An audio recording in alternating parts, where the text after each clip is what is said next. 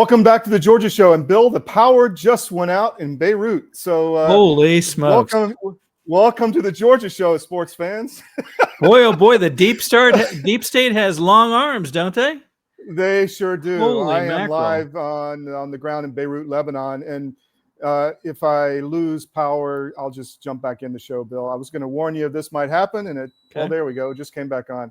All right. So we've talked a lot, Bill, about pattern recognition. And you've been really good at that, you and Hank especially.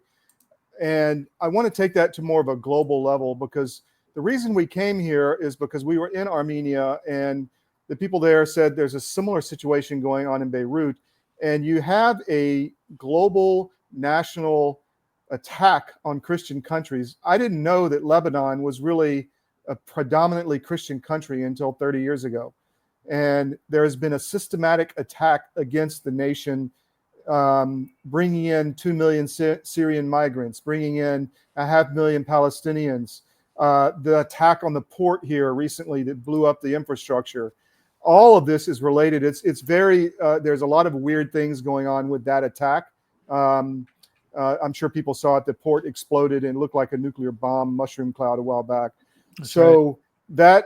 This country is under attack. It's very similar to what's going on in Ukraine, Romania, Armenia, and other Christian areas. So we have a global coordinated attack on the Christian faith. And we're good at pattern recognition here, and we're early on stories. I think we're early on this, and we're going to continue to talk about it. I spent the day with the leadership of the Free Patriotic Movement, which is the main Christian party here in Lebanon, explaining to me everything that's going on. It's fascinating. We're going to get into it more, but I just want the audience to know that there is an attack on the Christian faith globally, and we are at the leading edge of reporting on it.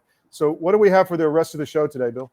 So we're going to bring in a special guest. Chris Gleason is with us, and Chris has worked with us now for years, looking at the strange money flow and the ability of the bad guys, whatever that means, to put money into certain campaigns, flow it through Act Blue and others, and contribute to NGOs and other organizations. And he's going to talk about that in light of the announcement that Trump is ordering an investigation into Act Blue. And we're going to take some very specific looks at a couple of the folks that are at play here in Georgia and see what this might mean. So that will be fascinating. We're going to talk to Hank Sullivan, because Hank published last week an article on something called Dominionism. And it plays directly into what you just covered, which is when folks like the people that were running First Liberty claim to be very Christian, very devout, yet they are, according to the SEC, they were in the midst of a Ponzi scheme which targeted Christians and conservatives in Georgia. Why would Christians target Christians? Well, that shouldn't happen. And so it plays back into exactly what you just covered. What are we looking at here? Are we looking at fake Christianity in the guise of what these people espouse, and yet they say these things, but that's not how they act. They are not Christians. So and each of the countries, Bill, that I've noticed, there's patterns, but they each use somewhat individual tactics, like you just said. I mean, that's being used in the U.S. We see it in our own state and elsewhere. And I wanted to bring Chris on because I wanted to give him a victory lap, because he's been out there screaming about this for years on the Georgia Show, and President Trump validated it, and it needs to go further, not just Act Blue, but Win Red and others as well. But we're going to continue to stay on this story, and I need people to support us by going to our no ad subscriptions and fund our reporting. It's expensive to do the reporting we're doing. And at the Georgia Record or on cdm.press, top right corner, it says subscribe with no ads, and you can get all of our content across all of our sites with no advertisements. It's $10 a month or $100 a year. Pay the $100, you forget about it. But it really supports free media, and we really need that support because what we're doing costs money. We don't blow money. but it does cost money even to a minimum level. So back to you, Bill. I'm going to turn it over to you. Okay, very good. Let's do a couple things here. Let's first. Okay. Let's first bring in our guest. Let me take this down, and we will welcome Chris Gleason. Chris, thank you so much for making time. Hey guys, how are you? We're going to have one heck of a show today. I got to tell you, it is. It's one of those times when we're going to talk about some stuff that I think is very meaningful and important.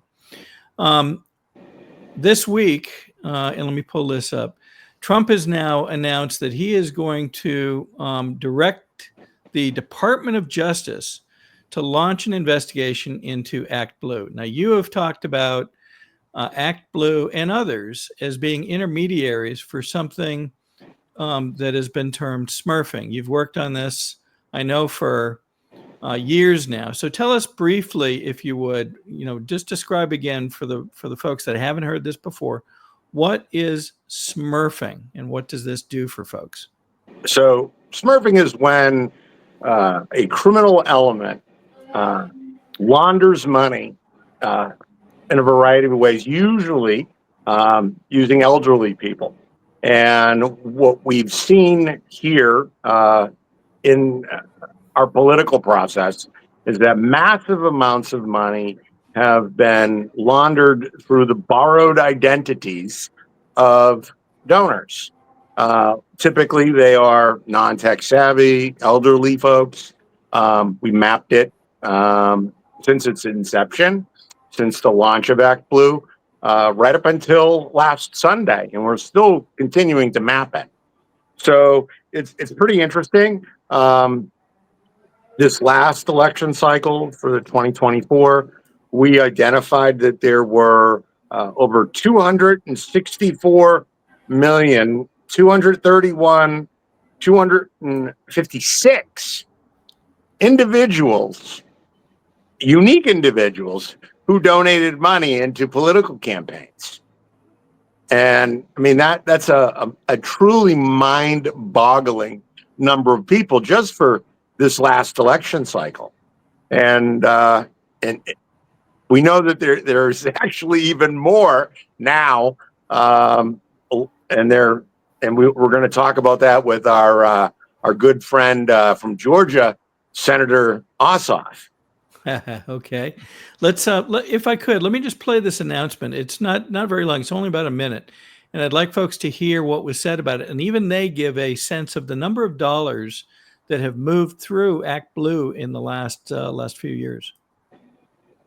In the Justice Department to investigate Act Blue. This is a Democratic donation platform, and the focus as the allegations about illegal straw donors and foreign contributions. Mark Meredith is live in Washington with more. This has been brewing for a while, Mark. What do we need to know? Dana, for years, you're right about this, but this is a big development. The White House is directing the Attorney General to investigate the Democratic Party's top fundraising platform. It's called Act Blue, and the president says he wants to know if foreign money is being donated to the group and then utilized to sway elections. Democrats are calling this probe a dangerous abuse of power. Act Blue is an enormous operation in Democratic politics. It's raised more than $16 billion since 2004. You may have seen the text pop up from candidates saying, please donate, go to the Act Blue website. Republicans use something similar called Win Red. There was a new memo signed on Thursday directing the Attorney General to investigate if foreign nationals are using the Act Blue platform to bypass campaign finance laws. Trump wants a report out in 6 months. I'm hoping they will get it a lot faster than that. I couldn't help but chuckle when they say, "Oh, this has been brewing for a long time." You're the one of the brewers, are you not? I am the lead brewer. And just to prove that, here's a couple of times in the last couple of years where we have, and you have reported this extensively with detail, with reports, with spreadsheets, and so forth. And so I'm not going to let them get off the hook without calling out the work that you've done and the fact that you've built systems, built software intelligence that actually can uncover this. So with that, you mentioned Ossoff, and I will turn this back to you to take us to the next level here.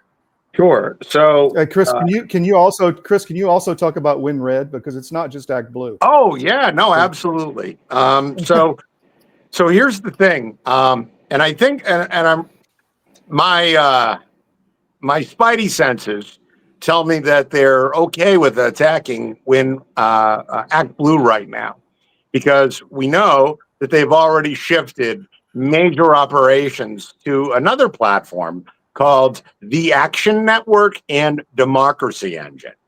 So, so they have the alternatives in the wings waiting for them. And they are, of course, criminally laundering money through those other platforms as well. So we know that bad actors, foreign actors, have been compromising our elections through the machines and with money. So we know that there are bad actors on the Republican side using Win Red, Democracy Engine, and these other platforms. So the thing about Georgia, the unique thing about Georgia was one of the first states that I identified this one of the methods that we used to expose the smurfing. And that was when Raphael Warnock was in the running for Senate. That was in 2022, where we saw massive amounts of money flowing to Warnock. And I'm like, wait a minute, this doesn't make any sense. Because this guy, he's not the next great hope for the Democrat Party. What's going on here? And so I started investigating it, and we identified how the vast majority of his money, Warnock's money, was coming from people who had no form of employment whatsoever. They were people who had none, not employed, not NA, and they just weren't people that would have had the disposable income to support that. And that was one of the key initial things that we used to find the Smurfs. Because why would all of these people who had no form of employment be donating this vast sums of money, right? They wouldn't be doing it. They certainly wouldn't be contributing in a single election cycle a third of the value of their homes, especially when they have mortgages, right?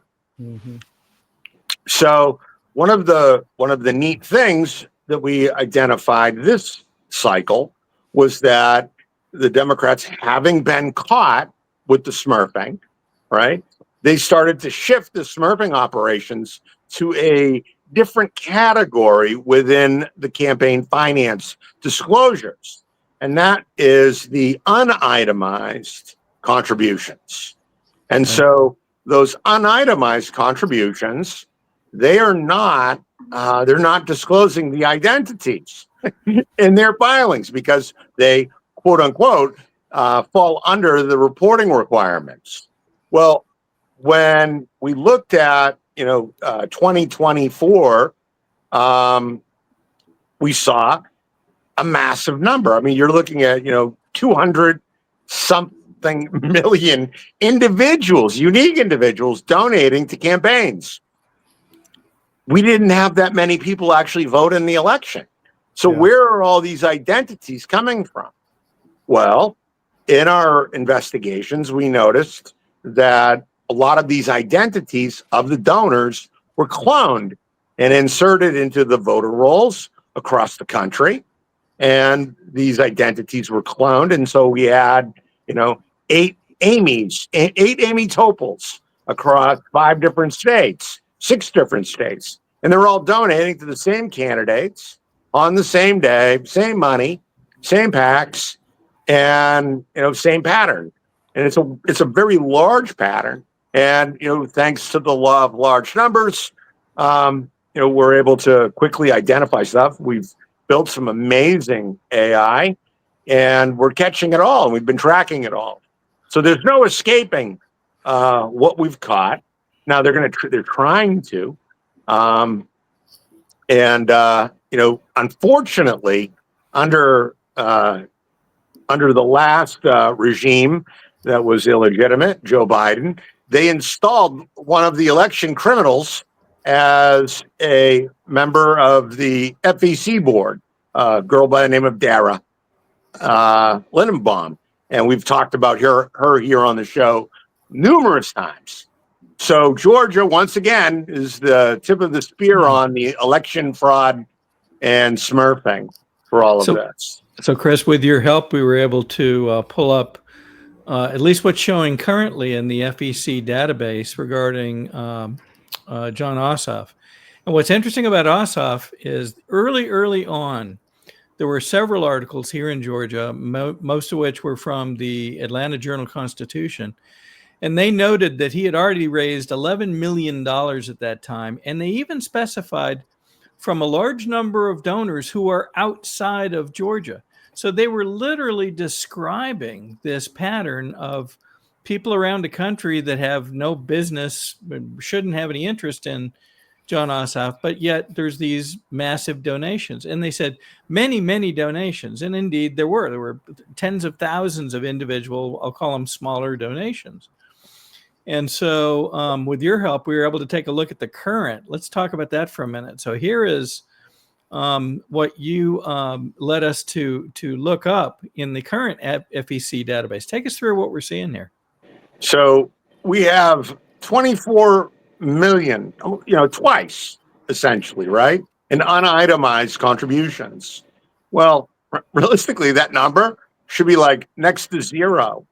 And your 12 million, you're guaranteed. I mean, just based on our work along the way, I can tell you 100% certainty that at least at a minimum, 50% of the itemized in this case is Smurf money. And itemized means that it has a name associated with it. That's correct. Is that right? That is correct. So now what they're trying to do is hide all of those donations. And we saw that in the local races, right? With Fannie Willis and Brian Kemp. And what we saw initially, right, where Fannie Willis had, when we first caught her, she had about 200 or 300. And Brian Kemp had quite a few. I think it was like 10,000 or 12,000. 12,000, I believe. Yeah. Well, Fannie, after my counterpart, Peter, filed a complaint against her in Georgia, and the Georgia Ethics Commission chose to intentionally to do nothing about this, right? They were willfully blind and deliberately indifferent to the money laundering. Well, Fannie thought that was a good thing, and she blitz scaled. And so her unitemized anonymous contribution skyrocketed. So this is the same RICO money laundering straw donor pattern. 100%. Well, you mentioned that they turned a blind eye to it, but they actually did even more than that, as I recall. We've had Mr. Berniger on the show, and he reported that in his email exchanges with the Ethics Committee of Georgia, they finally blocked him. Yes. So he wouldn't be able to reach him any longer. Yeah. I mean, that goes beyond being saying, I don't see anything. It's kind of like, no, I'm not going to hear anything either. Well, remember, we did a show, I think it was about a year ago, where we caught them playing games with the campaign finance database, and they were hiding those contributions, especially the ones that were tied to Kemp. Mm-hmm. But I guess they didn't realize that we had taken and captured all of the contribution numbers for those and the dates and the dollar amounts. So, well, I think we'll need to go back and revisit the current state of the database for Georgia, especially as it relates to this national and international smurfing investigation. Because I think, Chris, if they're now allowing the look at Act Blue and not even talking about Win Red, does that mean DOJ? I mean, they know Win Red is doing this too. So why are they not talking about that? Well, you're going to bite the hand of your donors. Yeah. I mean, even if they're Chinese. Even if they're Chinese. Well, we'll have to ask Lindsey Graham about that one. We'll have to ask Lindsey Graham and a few others Tom Cotton, Ted Cruz. So we're gonna have to ask a lot of questions. I mean, it's quite the it's quite the racket, and ultimately, it's got to stop because this isn't right. This is the subversion of our constitutional form of government via unlawful means.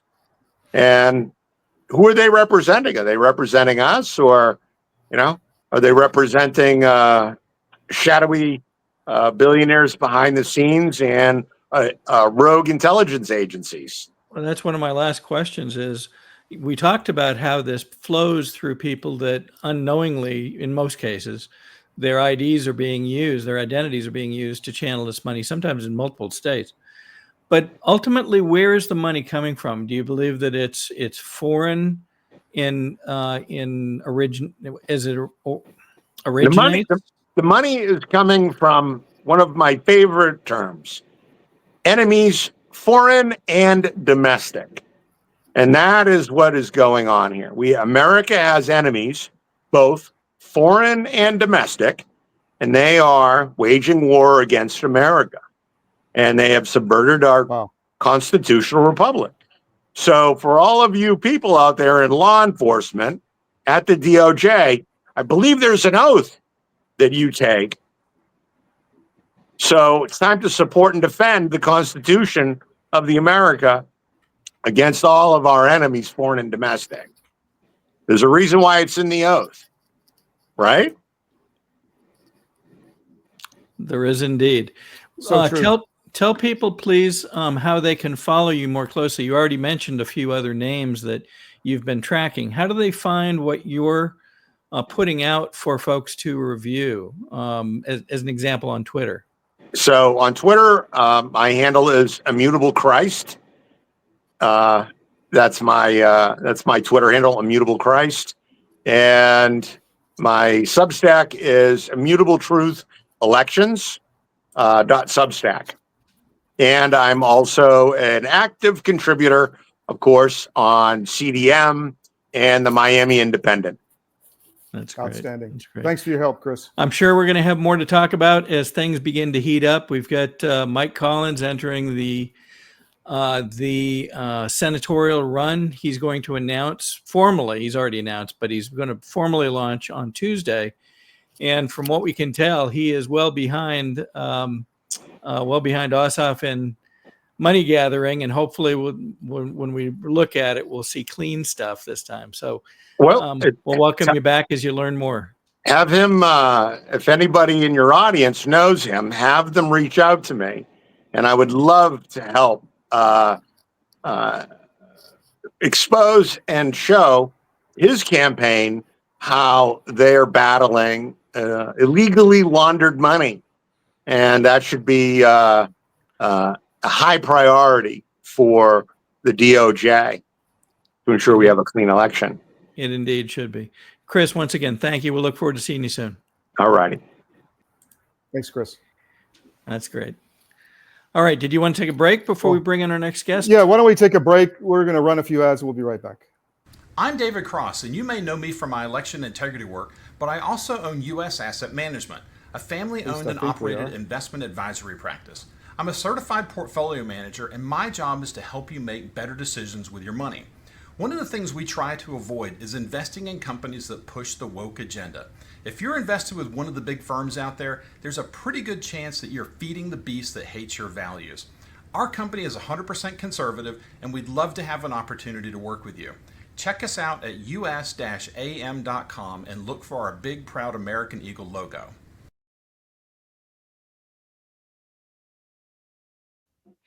Well, in the case of hydroxychloroquine and ivermectin, these are two medications that have been FDA approved for use in humans for decades. They are very, very inexpensive, interestingly available over the counter in almost every other country other than the US and Canada. You can just walk into a pharmacy and buy them like we buy Tylenol in much of the world because they're that safe. And we've known for decades that ivermectin has very strong antiviral properties. It has anti-inflammatory properties, and both ivermectin and hydroxychloroquine are what we call zinc ionophores. They help to move zinc from the bloodstream into the cell, which is where it needs to be in order to fight off a virus. So lots of application for these, and we have every reason to believe that those drugs also will likely have some efficacy against H5N1 or a number of other respiratory viruses that we may meet down the road. I'm excited to announce that we're having a huge sale on overstock and brand new products. For example, MyPillow Percale bed sheets, every color, every style, every size, only $29.88. Our Percale bed sheets are breathable, cool and crisp, and they're perfect for spring and summer. And check out Rev 7, the next generation of energy drinks. It tastes great, and it gives you energy all day with no jitters and no crashes. Best of all, it's actually good for you. And for a limited time, try our 3-pack absolutely free. So go to mypillow.com or call the number on your screen. Use your promo code to save 20% on our Rev 7 12-packs, or try our introductory 3-pack absolutely free.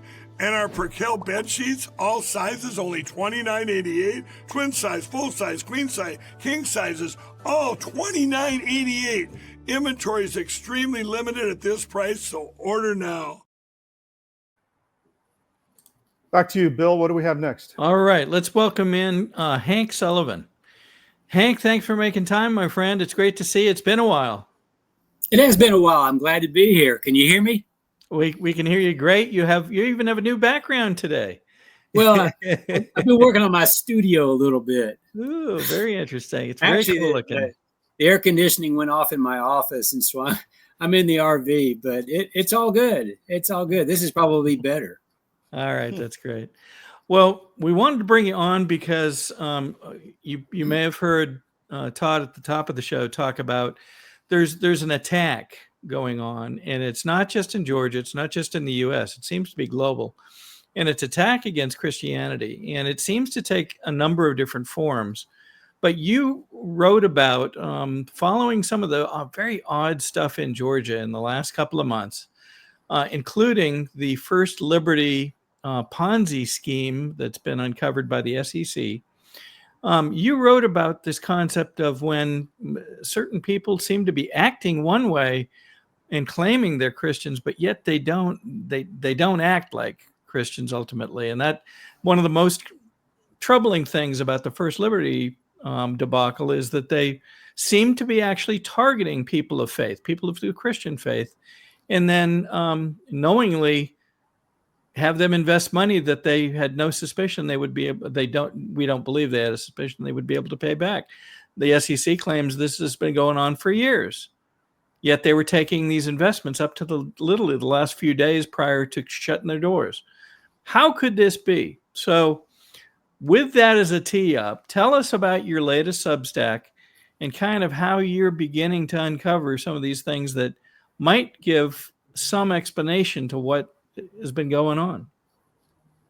Well, I appreciate it. Well, I was asking the same questions. I mean, I know one member of the Frost family, and that would be Brant V, and I've known him for probably a decade or so. And that's all I'm going to say about him right now. But it really made me wonder, what on earth would make a family, as reported by the SEC, I'm not making this up, but as reported by the SEC, what would make this family target Christians, Christian churchgoers, people that they know in many cases, taking their marketing to the churches in order to elicit investment money, and then take that investment money and give it to politicians?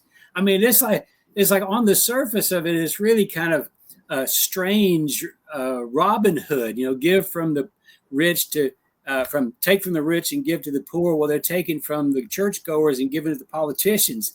That didn't make much sense to me. And so I put my best thinking to this. And when I do that, sometimes things just pop into my head. One of the things that popped into my head was this video that Josh McCoon had made. I knew there was a connection between the Frost and what they're doing and the Georgia Republican Party and what they've been doing. So I got thinking about Josh, and I looked at that video again where it's called the Seven Mountains video that he did when he was running. Yeah, we actually have that queued up if we need to show that. Why don't we go ahead and cue that up and let's play that. Okay, here we go. On your support, that's excellent. We're going to do great things after the state convention on Saturday. So I've been thinking about this Republican Party stuff. Okay. All the things I want to do. Okay. And I think we can do the pre-planning in about 48 days. Okay. Roughly 7 weeks. There's a lot to do. 7 weeks, 7 initiatives, 7 mountains. Okay. Week 1. That's it. That's all you got to know is that he triggered this phrase, the 7 mountains. And I apologize at the very beginning of my Substack that I didn't catch this before now, because if I had caught it, maybe someone would have read about it and said, I'm not going to invest in that. But so the 7 mountains is not something that he just came up with off the cuff. He could have called it 7 bananas, but he called it 7 mountains. Well, 7 mountains, if you look this up, there's a particular definition of the 7 mountains, and it is following a theology that is based upon Christian scripture that I believe is a misguided interpretation of those scriptures. But essentially what they're trying to do is perfect the earth in anticipation of Christ's return. And I know you're not going to get that just by listening to that one video, but by the time you listen to everything that they've done, it all makes sense as to what they've been doing. So this is called the New Apostolic Reformation, or NAR. The New Apostolic Reformation is not a church.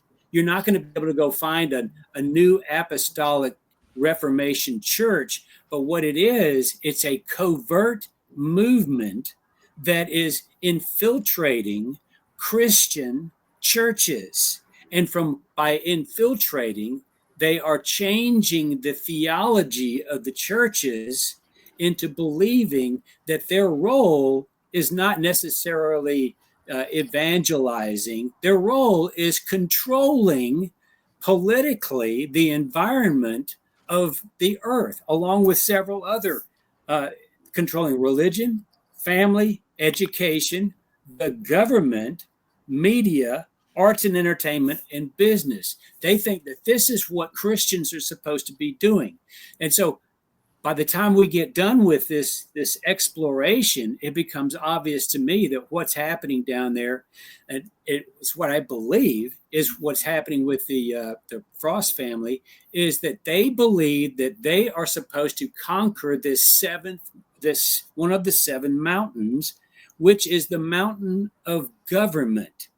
And so they have an excuse, a built-in excuse, if you think about it, if they really believe this, in order to take from believers, churchgoers, and give to the politicians in order to help bring about this Christian nation. And this is what gives rise to this term Christian nationalism. I know people have heard that before. Well, that's what this is. I had no idea this was going on. And most people that I know didn't know this was going on until it all got pointed out to me. And I got looking at this from this very analytic standpoint.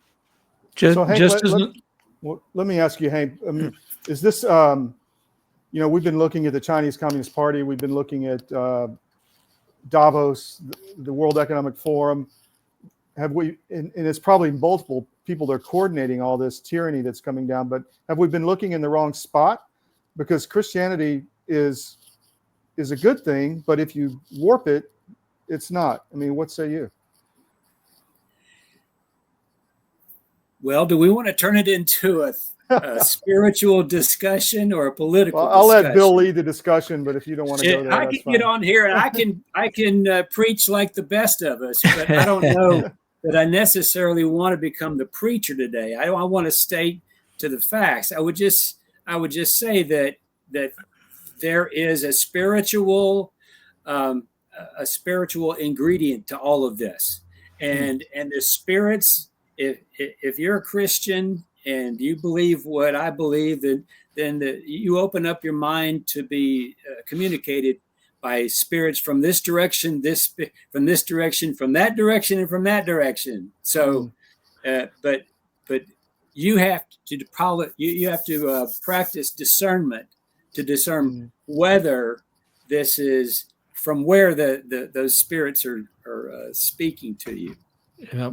One of the things that I saw and really caught my attention was the fact that when you first brought this concept forward, you and I discussed it, and it seemed to make very good sense. And within hours, maybe within a couple of days, you had found correlating data of people actually speaking directly to either this notion of dominionism or the notion of the 7 Mountain Mandate, which is a known concept, yet it has these characteristics, one of which is it tends to be very covert. People don't talk about this very much. But if you look, you find, and in fact, in a couple of the exchanges online in the last week or so, people have come forward with additional data because they've spotted this.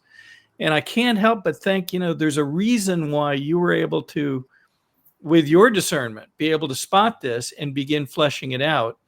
And why other people are now saying, yes, I've seen this too. And here's what I've found. And it's a fascinating process. This idea of the 7 Mountains Mandate has been out since the late 70s. And its main proponent is a fellow named Lance Wallnau. And he is a self-proclaimed apostle. And I'm not going to say he is or he isn't. He says he is. So we'll take him at his word on that. And that this is what he's placed on the earth to do. And he admits that this is a covert activity. Now, I don't remember anything I've read in the Bible where Jesus did anything covertly. I don't remember. I think he was pretty straightforward with folks when he told them the way it was. If I recall correctly, what he did is to spoke in parables, so that I believe that's where those with ears to hear comes from. People would understand, and the people who would understand were the people who were capable, supposed to understand where he was covering. They have eyes to see and ears to hear. Yes. That's correct. Yes. You found a very interesting roundtable.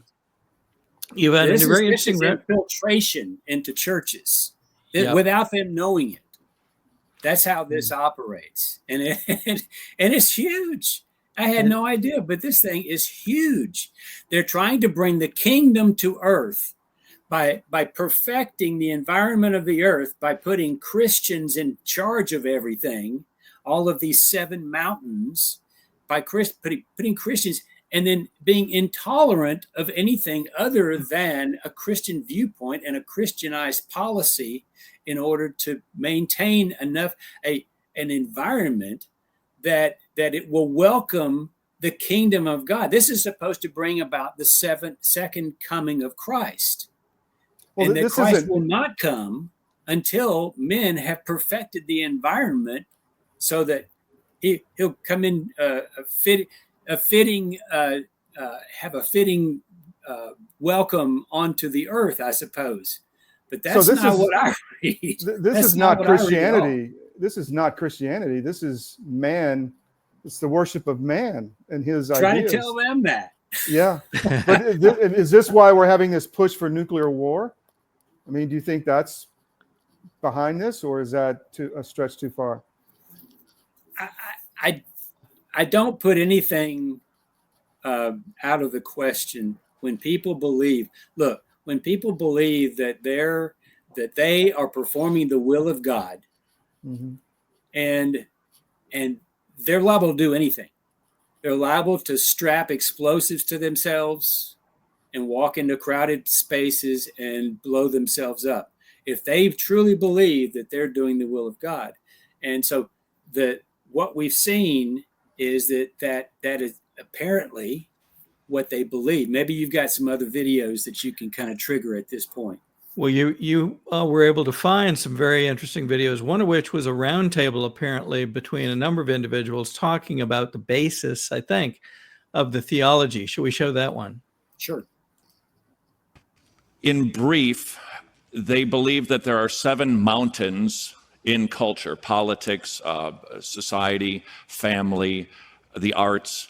And if the new, from the New Apostolic Reformation, what do they call the kids? The new warriors of the Joel's Army, the Latter Day. Yeah, they raise up these kids in the New Apostolic Reformation to conquer each one of the mountains, of the 7 mountains, and then as soon as we conquer the 7 mountains, Jesus is going to come back. It's a dominionist theology. It's interesting, I think, that he uses that term dominion. Now, I cannot find, except maybe in a really convoluted way, from what we know about the Dominion voting system and a connection to this. There, you could create one, but I can't see that the Dominion voting system has been trying to manipulate, say, our elections to put certain hardline Christian nationalists into office. I have not seen that, but that doesn't mean that there's not some kind of connection here. It's just an interesting use of terms, the Dominionism and the Dominion voting system. So people have been asking that question. But I think it's interesting. He says they raise up these kids in the New Apostolic Reformation to conquer each of the 7 mountains. And as soon as we conquer the 7 mountains, Jesus is going to come back. So these 7 mountains are what I just listed for you: religion, family, education, government, media, arts and entertainment, and business. Now, what it seems to me is that this mountain that the Frost family has been working on conquering, perhaps, if I'm correct, is this governmental political mountain. And I expect that when all is known about this, those who are investigating are going to determine that there was a component of self-righteousness in there, of a belief that they were fulfilling the will of God, taking the money from the church and rightfully using it to fulfill God's will. And that's the only thing that can make sense to me when I started looking at how on earth this Robin Hood aspect of this that kind of only makes sense. People have actually written about this. Let me, if I can, just bring up a couple of things. Here's an article from the AJC where they literally say First Liberty sold faith and MAGA loyalty in order to bring in new investors. Here's one from the Alabama Reflector, and they talk about them gathering investors. And within that article, they literally say First Liberty targeted right-wing and Christian groups. And it's now a defunct website. And then they give a quote about charitable giving that's actually in the First Liberty document. So to your point, they were specifically presenting themselves. We believe that charitable giving is a fundamental part of our responsibility as authentic followers of Christ. Christ, to my knowledge, and I don't even pretend to be a biblical scholar, but I don't remember any discussion or any statements about you need to get control of these 7 influences across society.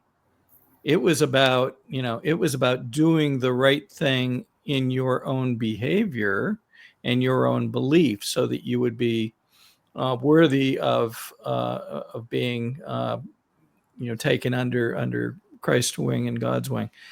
This is not, to your point, Todd, this is not Christianity. This is something different. Well, it's deeper than that, Bill, because I'm just thinking about this and all these connections are coming into my mind. We've uncovered a long-term effort to change the Bible.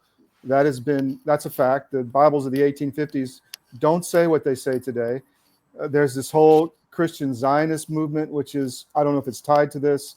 And then you have this, whatever it is, movement, which is not Christianity. They're changing Christianity. That's, as you said, self-righteousness. But you have the destruction of the original Christian heritage here in the Middle East where I'm standing. It's happening all around me. So you're destroying the old, real Christianity, and you're bringing in this new thing and saying you're doing the work of God, which you just made up. So I find that fascinating. This is religious supremacy. Mm-hmm. And the term Dominionism means that they feel entitled to establish dominion over all of the other religions in order to righteously create these environments and these 7 mountains that are going to entice Christ to come down to earth at that point. That's not what I understand. Like they have that power. I mean, geez. Yes, absolutely. So I was looking. I mean, this is kind of humorous, but at the same time, it's not. I was looking for some definite connection between what's going on at the Frost family and this dominionist theology, and I found it. When we recognize that on the stage there at the convention in Dalton, we had 2 members of the Frost family. We had Mother Krista Frost. She was on the stage with daughter. Help me. Katie Frost. With daughter Katie, and then we had just to Katie's left. We have, there you go. There's the picture of, in the red dress. There is Candace Taylor. Now Candace Taylor received, you can see directly behind, in the very back over the shoulder of Katie is Krista Frost. Now, days after the convention, where they were standing there before the public like that on the nominating committee, Krista Frost is reported to have given Candace Taylor $3,500 to help feed her campaign. She's running for Congress in the 1st district. Now, knowing that, knowing the fact that the Frost family knew at that time that they were insolvent. Now, whether Krista is just completely out in the blue and she doesn't know that and she thinks everything's good, that's a possibility. Doesn't seem very plausible.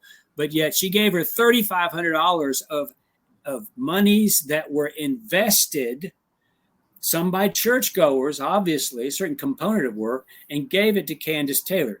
So Candace Taylor is not covert about any of this. She is a practicing religious supremacist. She is a practicing Christian nationalist. And you can play that video and people will understand what I'm talking about.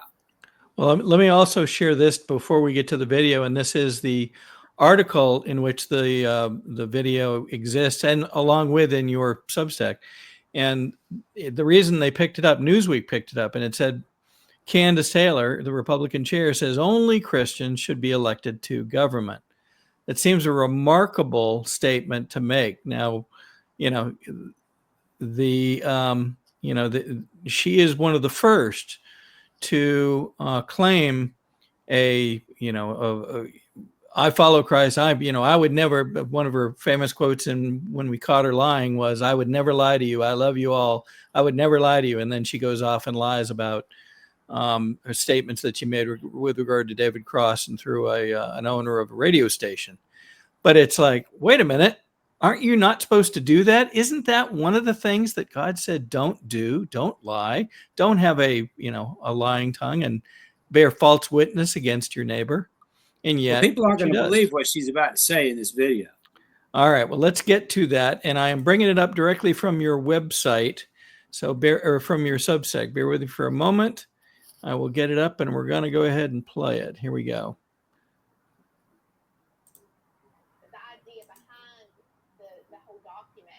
You have to bring it on. Okay. The church runs the state. the church in we the people. We are the church. You and I, Eric, are the church. And so we run the state, but the state, the government, has no control over the church.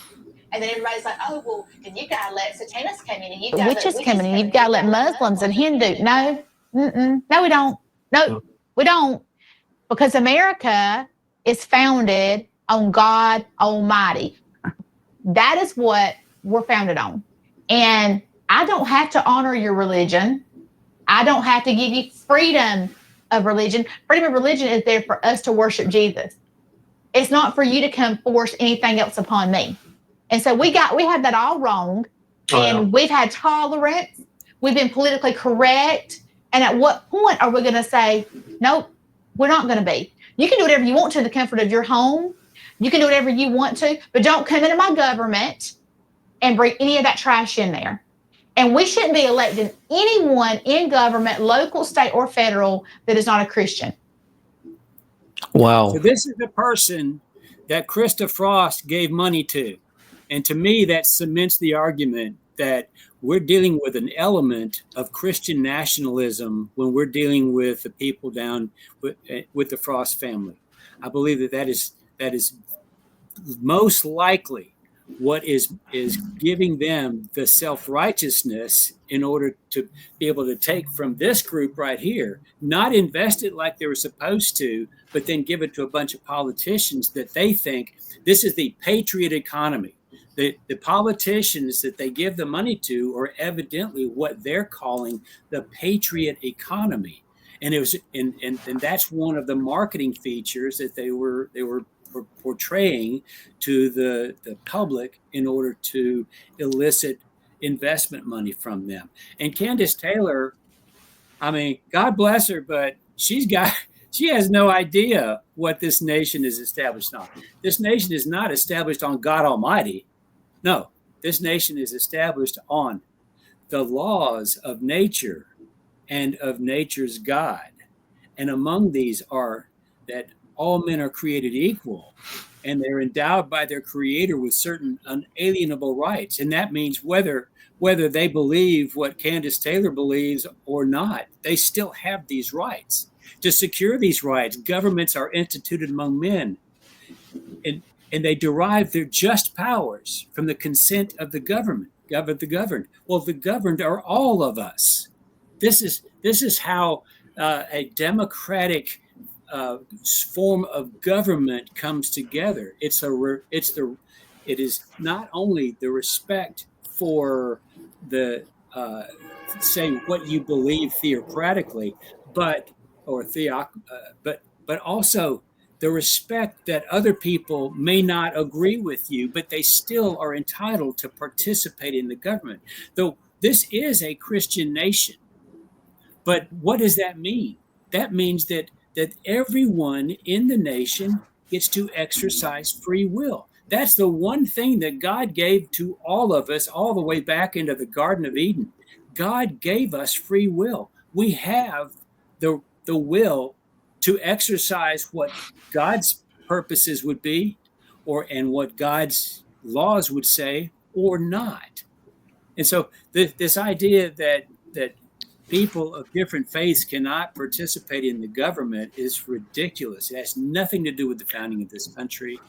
And it is, in fact, this is the most dangerous thing I can ever imagine.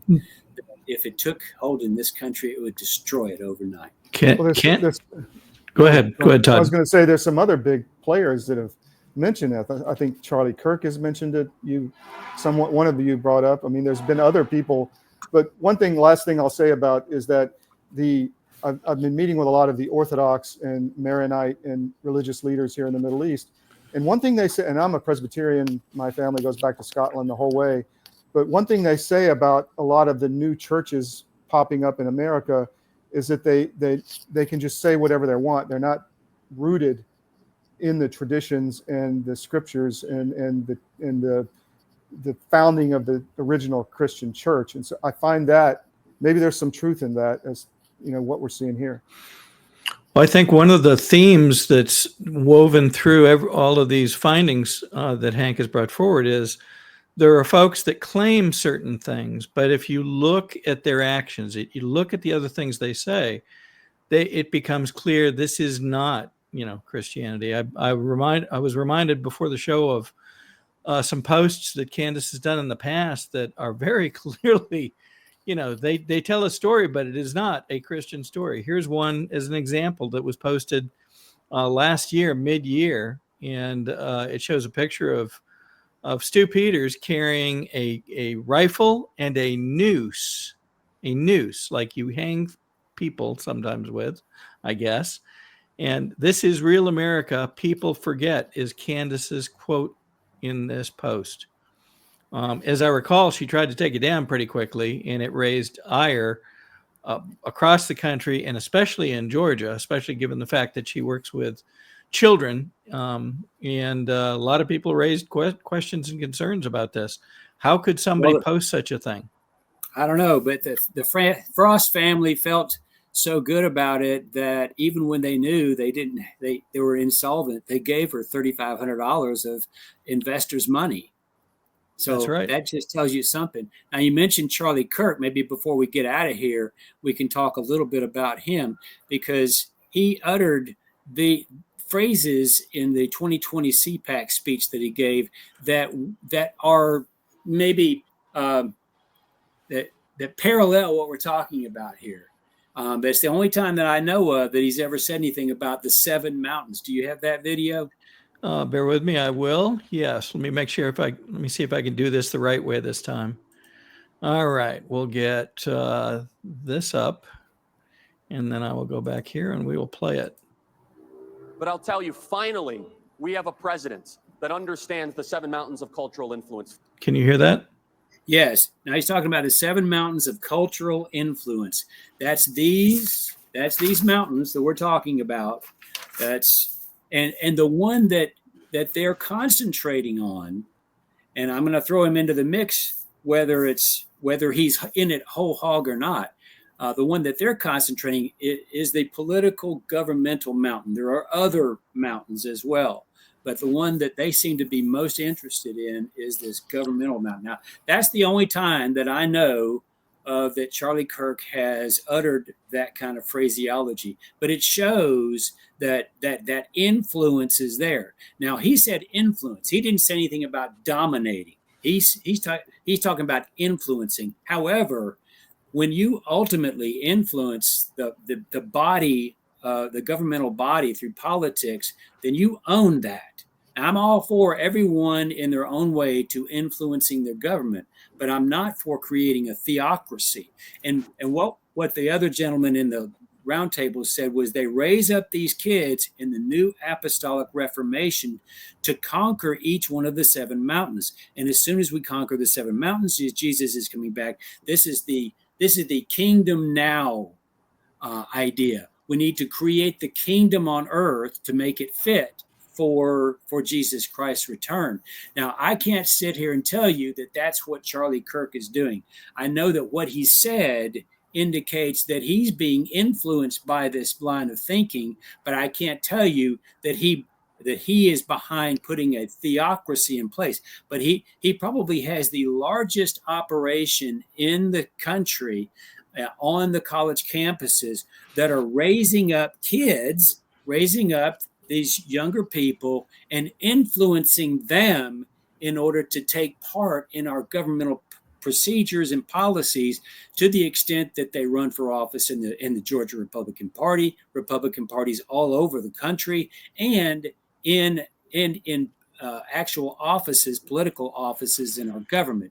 That's the ultimate goal that they seem to be venturing to. So I'm just saying that ultimately some of that's good, but finally, if it finally takes hold, to the extent that we hear from Ms. Taylor, then that becomes completely destructive of what this country is established to be. Yeah, it's probably no surprise that as I was listening to some of the big influencers this week, one made a comment regarding some of the very odd stuff we're seeing, and their comment was that if you don't recognize that so much of human behavior is driven by theology, one type or another, then you are probably being manipulated by somebody else's theology. And as we learn more about the bad guys and what they follow and believe, and perhaps this and what these guys follow and believe, you can recognize that there are forces, there are influences at bay here that seem to be trying to drive us to a lot of different things, but it's beholden on us to it's beholden on us to stay focused on the real Christian theology. Yeah, if you don't think that you're being guided by theology in politics or practically any scope of life, then you're being guided by someone else's theology. And what that really means is that your own personal theology is not ever present in your mind. And if your personal theology is not there, then your personal understanding of right and wrong and what you should be doing in life are not ever present in your mind. But if your theology is ever present in your mind, then you will not be lured by someone else's theology. You'll see through it and be able to withstand the pressures not to adapt to those theologies. So it's something for people to think about. But the last thing I want to touch on, and I know it's time to go, is that this theology is what I see very likely that is controlling in our Republican Party. Because you saw the people on the stage, the winners in the Georgia Republican Party predominantly, they're all people that have been welcomed into that clique that is in charge of the Republican Party. Ultimately, the man in charge is Josh McCoon. And what this is no proof of anything, but doggone, just go to his X page. Take a look at all the religious posts. I mean, these are like medieval religious posts, all the way down to there's one I saw was just nothing but skulls. I don't know what that means, and I don't know why the chairman of the Georgia Republican Party is spending so much time on his X page putting out these theocratic, kind of deep, dark, religious messages to the people. If he's trying to put together constituencies in order to win elections, that's not the kind of messaging that you put out there. And it's very worrisome to me, and it should be to every Republican in the state. Yep. It's interesting. Right. I just had a thought, I've said many times, it's a big club in Conservative Inc., and we're not in it. Maybe it's because we're not part of this secret movement. So they can't afford anybody to come in and speak in ways that are opposite their beliefs and get any traction in the media. Admittedly covert. Yeah. They say it's covert. We're telling you, it's covert. You won't know we're there. Yeah. But we're there. Yeah. Well, as we get ready to close, I wanted to share something. I'll call it kind of uplifting. It happened overnight, I believe. And I'll show a video from a couple of years ago. Trump had given a ride to some youngsters in one of the helicopters, and they asked him a question during the ride. And I'll go ahead and I'll see if I can play this. Give me just a second to get up to the point. Yeah, there we go. Hang on just a second. We'll pull this in. Yes. Mr. Trump. Yes. Are you Batman? I am Batman. That's pretty cute, actually. Very interesting. Well, then overnight, Dan Scavino, who I have suggested time and time again, is probably, in my belief anyway, one of Trump's closest confidants, posted this. Well, let me play that one more time so you can see it.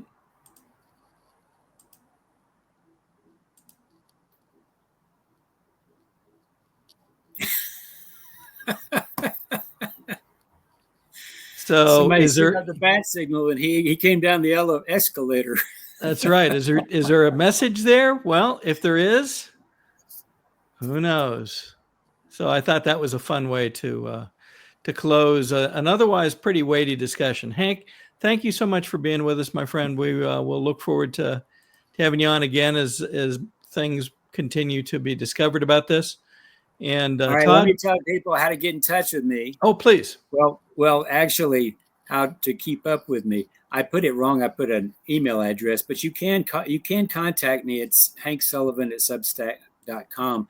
But to read what I put out there, it's hanksullivan.substack.com. And tonight I will have the latest Substack. Going to be talking about Chris Carr. Going to be talking about Burt Jones. Going to be talking about this notion that Chris Carr is suing Burt Jones because Burt Jones gets to use his leadership committee funds, and so it's just a bunch of it's absolutely incredible what's going on between these guys. And so anyway, that's what's coming out this evening. So I would encourage every one of your viewers to go to hanksullivan.substack.com and subscribe. It's free, and you'll get notified when that comes out this very evening. That's great. Well, thanks again for being here. I bet we'll have you back soon. And Todd, over to you to close. Oh, that's it. I appreciate everybody's support, and we'll be back Wednesday night. I'll be on the skiff tomorrow morning here from Beirut at 10 a.m. and hope to see you then. Thank you, Bill. All right. We'll see you next time.